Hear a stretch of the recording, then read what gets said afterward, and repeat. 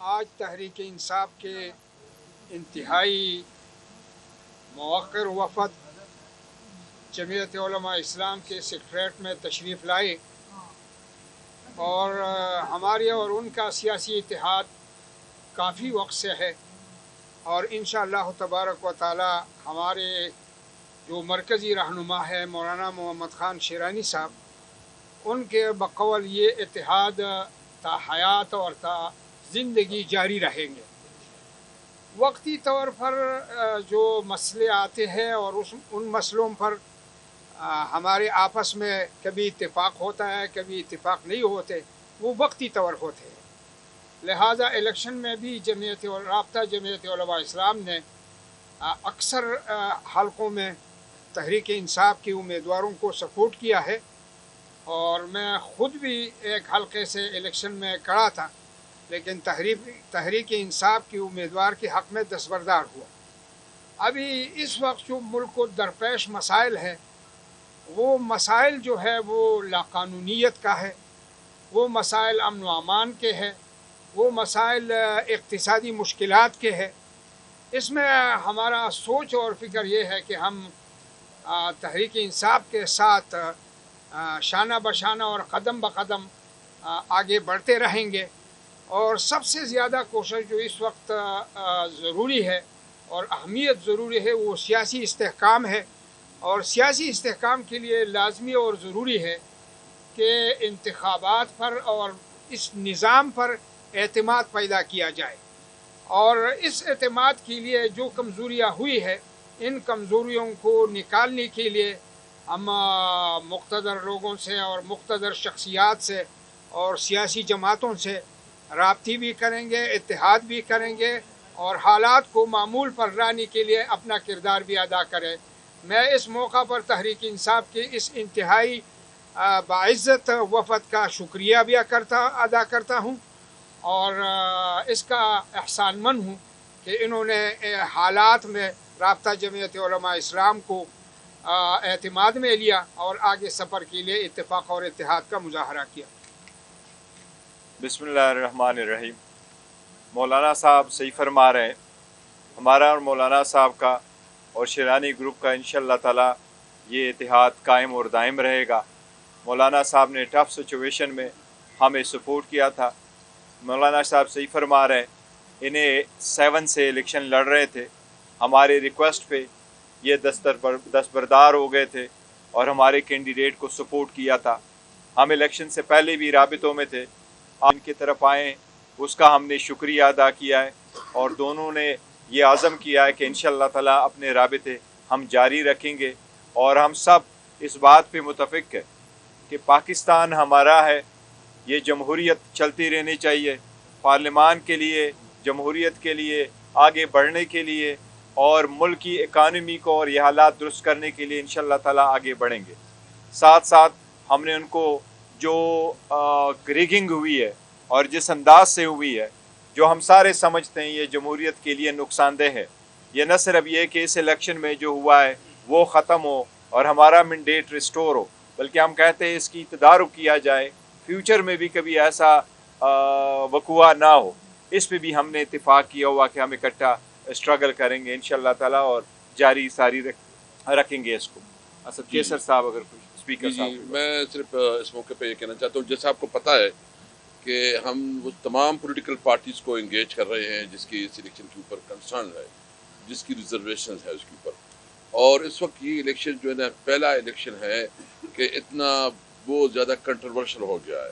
اس وقت بلوچستان میں جو ہے نا پوری بلوچستان احتجاج پہ ہے، سندھ میں بہت بڑے احتجاج ہو رہے ہیں، اور پنجاب میں اور KPK میں، خاص کر جو ہمارے پشاور میں جو سیٹیں چینی گئی ہے، کراچی میں یا لاہور میں، اور جو کمشنر راولپنڈی نے جو انکشافات کیے ہیں، اس کے بعد تو یہ بالکل واضح ہو گئی ہے کہ کتنی بڑی ریگنگ ہو گئی ہے۔ ہمارا مطالبہ بالکل سمپل ہے، فارم 45 جو کہ ایک قانونی ڈاکومنٹس ہیں جس کے بارے میں جو کہ ان حکومت کے اپنی ایک پروسیجر اس کے مطابق ہے، قانون کے مطابق ہے۔ ہمارا مطالبہ یہ ہے کہ فارم 45 کے مطابق جو نتائج ہے، جس کا مینڈیٹ ہے، جس پارٹی کا بھی ہے، اس کو مینڈیٹ تسلیم کیا جائے، اور میں چیف جسٹس سے مطالبہ کروں گا، اور ہماری پارٹی مطالبہ کرتی ہے کہ جو کمشنر نے الزامات لگائے ہیں یا انہوں نے جو انکشافات کیے ہیں اس کے اوپر جوڈیشل انکوائری کی جائے. انشاءاللہ اس کے بعد ہم پروگرام بنا رہے ہیں. محمود خان چکزئی سے بھی میری بات ہوئی ہے اور جی ڈی اے کے ساتھ بھی ہم نے رابطہ کیا ہے. انشاءاللہ کراچی بھی جائیں گے, کوئٹہ بھی جائیں گے. ہم کسی بھی صورت میں یہ کسی کو اختیار نہیں دیتی کہ وہ بند کمروں میں فیصلے کرے. یہ فیصلے آئین اور قانون یہ عوام کو دیتی ہے. یہ کنسٹیٹیوشنل رائٹ ہے عوام کی. جس کو وہ مینڈیٹ دے اسی کا اختیار ہے کہ وہ ملک کی نمائندگی کرے. عمر ایوب صاحب جو ہے نا ہمارے پرائم منسٹر عہدے کے لیے نامزد وزیر اعظم کے لیے جو ہمارا کینڈیڈیٹ ہے, ہم سب سے بڑی پارٹی پی ٹی آئی ہے اس وقت. منسٹر صاحب نے ایکسپلین کیا کہ تقریباً 180 سے زیادہ ہماری سیٹیں ہیں. ہم سے ہمارا نشان چھینا گیا. جو ہماری ریزرو سیٹیں ہیں اس کے لیے جو ہے نا ایک منصوبہ بندی کے تحت ہم سے نشان چھینا گیا. 2/3 میجارٹی ہماری بنتی ہے. اگر کوئی اور وزیر اعظم بنتا ہے اور کوئی اور اس پوزیشن پہ آتا ہے تو وہ جعلی وزیر اعظم ہوگا. کسی بھی صورت میں ایک جعلی وزیر اعظم, ایک جعلی مینڈیٹ والی حکومت ملک کے مسائل حل نہیں کر سکتے. جو اس وقت ملک کی اکانومی کے مسائل ہے, جو انٹرنیشنل لیول پہ جو ہے نا اپنا نقطہ نظر پیش کرنا ہے, تو انشاءاللہ تعالیٰ عدالتوں سے اب بھی ہم توقع رکھے ہیں کہ جو ہمارے کیسز عدالت پہ جا رہے ہیں ہم امید رکھتے ہیں کہ ہمیں اپنا حق ملے گا اور پاکستان کی نمائندگی وہ کریں گے جس کو عوام نے مینڈیٹ دیا ہے. مجھے امید ہے عمر ایوب صاحب جو ہے نا انشاءاللہ آئندہ اس ملک کے وزیر اعظم بنیں گے. عمر ایوب صاحب. بہت شکریہ جی. بسم اللہ الرحمن الرحیم. سب سے پہلے تو میں جمعیت علماء اسلام کے اپنے آج میزبانان کا, مولانا صاحب کا, شیرانی صاحب ابھی یہاں پہ موجود نہیں ہیں, ہمارے بزرگ ہیں, ان ساروں کا میں شکریہ ادا کرتا ہوں. انہوں نے ہمیشہ دل کھول کے ہمارا استقبال کیا ہے, خوش آمدید کہا ہے. میرے مرحوم والد صاحب اور گور ایوب خان صاحب کا اور شیرانی صاحب کا بہت درینہ ساتھ بھی رہا ہے. اسمبلی میں اکٹھے تھے تو ہمارا بڑا ایک احترام کا رشتہ ہے. اس کے ساتھ ساتھ میں یہاں پہ یہ کہتا چلوں کہ ہمارے قائد جناب عمران خان صاحب کا اور شیرانی صاحب کا نہایت ایک احترام کا رشتہ ہے. اور ہمیشہ میرے قائد عمران خان صاحب نے یہ انسٹرکشنز دی ہیں کہ مولانا شیرانی صاحب کو ہمیشہ عزت دینی ہے اور احترام کے ساتھ ان کے ساتھ ڈیلنگ کرنی ہے. ہم لوگ مشکور ہیں کہ انہوں نے دل کے دروازے کھولے. اور آج بھی ہم لوگ اکٹھے کیوں ہوتے ہیں؟ کیونکہ ہم لوگ محب وطن ساتھی ہیں. ہم لوگوں نے اس ملک کے لیے قربانیاں دی ہیں اور دیتے رہیں گے. اس وقت سب سے اہم چیز ہے پاکستان کے لیے کہ ہماری معیشت مضبوط ہو, اور معیشت تب مضبوط ہوگی کہ وزیر اعظم ہاؤس میں ایک مضبوط وزیر اعظم اور ایک مضبوط پارٹی کا وزیر اعظم آئے, نہ کہ 40 سیٹوں کا ریگڈ الیکشن کی بیساکھیوں پہ چلتا ہوئے ایک وزیر اعظم آئے جس کی کوئی حیثیت نہ ہو, جس کی کوئی سنے نہ, وہ فیصلے نہیں کر سکے گا. لہٰذا یہ وقت کا تقاضا ہے کہ پاکستان کی عوام کو اس وقت ایک مضبوط حکومت چاہیے جو کہ پاکستان تحریک انصاف ہی دے سکتی ہے. 180 سیٹیں ہمارے پاس ہیں اور ہم لوگ یہی چاہیں گے کہ فل فور ان کے ذریعے ان کے جو فارم 47 ہے وہ فل فور ایشو ہونے چاہیے, کیونکہ فارم 45 ہمارے موجود ہیں. آج بھی آپ دیکھیں کہ اسلام آباد ہائی کورٹ نے 3 اسلام آباد سیٹوں پہ سٹے دیا ہے, اور وہ اس چیز کی عکاسی کرتا ہے کہ جس طرح کے وہ چیزیں دیکھ رہے ہیں, دھاندلی ان کو نظر آئی. کمشنر راولپنڈی نے انکشاف کیا, اور بھی لوگ جو ہیں وہ انکشاف کر رہے ہیں, اور یہ چیزیں سامنے آئیں گی. اور جس طرح کے پاکستان تحریک انصاف کا جس وقت بڑے بڑے سیاسی پنڈت کہتے تھے کہ ان کی سیٹیں کہاں سے آئیں, پر رب العزت پہ ہمارا پورا بھروسہ ہے. لوگوں کے دلوں میں رب نے یہ چیز ڈالی کہ عمران خان صاحب کے لیے وہ ووٹ ڈالیں, اور انشاءاللہ تعالی آپ دیکھیں گے کہ اگلے چند دنوں میں مزید لوگ سامنے آئیں گے. ریزلٹس پاکستان تحریک انصاف کے فیور میں مزید سامنے آئیں گے, اور حکومت مرکز میں اور چاروں صوبوں میں پاکستان تحریک انصاف ہی بنائے گی. اور یہاں پہ ایک بار پھر میں یہ کہتا چلوں, چاہے وہ MQM نے جو ڈاکہ مارا ہے کراچی کی اور سندھ کی سیٹوں پہ, پشاور کی ہماری 7-8 سیٹیں ہیں جس پہ تیمور خان ہے, جس پہ ہمارے کامران بنگش ہے, ہمارے قاسم ہے, بہت سارے اور ساتھی ہیں, ہمارے جانداد خان ہے. ہمارے یہاں پہ 3 سیٹیں اسلام آباد کی سیٹوں پہ ڈاکہ ڈالا گیا ہے.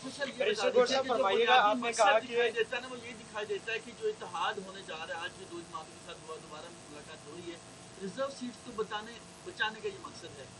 الیکشن کمیشن یہ کہتا ہے کہ جو ترجیحی فہرست جمع کروائی جاتی ہے اس کی ڈیٹ ختم ہو چکی ہے. آپ لا کو بھی سمجھتے ہیں کہ یہ معاملہ چلے گا کیسے؟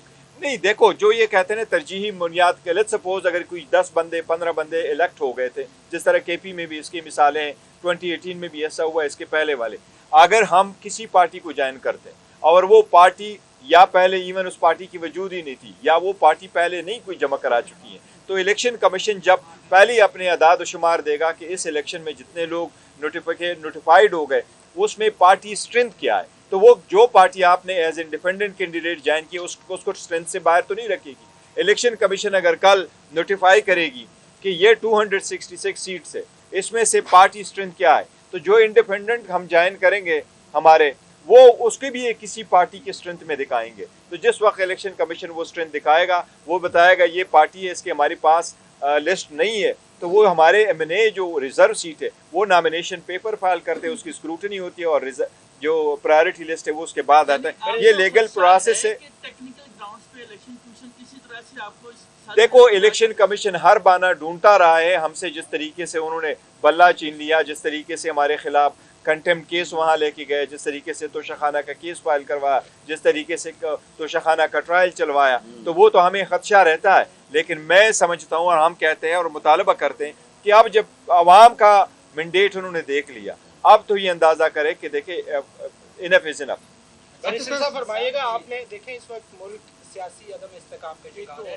آپ کبھی الیکشن کمیشن کی طرف جا رہے ہیں کبھی ادھر جا کیا آپ کی قانونی جو ٹیم ہے وہ کمزور ہے کیا وجہ ہے یہ ایسا کب تک چلتا رہے گا؟ دیکھیں ملک اس وقت سیاسی عدم استحکام کا شکار ہے. مانتے ہیں عوام نے آپ کو مینڈیٹ دیا اور اس میں کوئی ڈکی چھپی بات نہیں کہ پاکستان تحریک انصاف کے ساتھ سیاسی انتقام بھلے کا نشان چھینا گیا لیکن سر یہ سلسلہ کب تک جاری رہے گا کب تک ادھر ادھر جاتے رہیں گے؟ ملک اس وقت آپ کو آئی ایم ایف قسطیں واپس کرنی ہے معیشت دیکھیے ایسا کب تک جاری رہے گا؟ دیکھیں ہم تو یہی چاہتے ہیں اور سیکرٹری جنرل صاحب نے صحیح فرمایا کہ ہم عدم استحکام کو ختم کرنے کے لیے تو ہی سارا اسٹرگل کر رہے ہیں کہ ہمارا مینڈیٹ پہ ڈاکہ ڈالا گیا اور مینڈیٹ ہمارا لے کے کسی اور کو دیا گیا اس کے باوجود ہم کہتے ہیں ہم پارلیمان جا رہے ہیں اس کے باوجود ہم کہہ رہے ہیں جا رہے کہ انشاءاللہ تعالی عمر ایوب خان صاحب ہمارے فیوچر پرائم منسٹر ہوں گے انشاءاللہ تعالی اس کی طرف بڑھنا چاہ رہے ہیں. میں ایک ایم این ایز کی سیکیورٹی کی بات سے سوال کرنا چاہ رہا تھا کہ جو آپ کے ایم این ایز لاجز میں ہیں باقی ہیں ان کی سیکیورٹی کی کیا ہے؟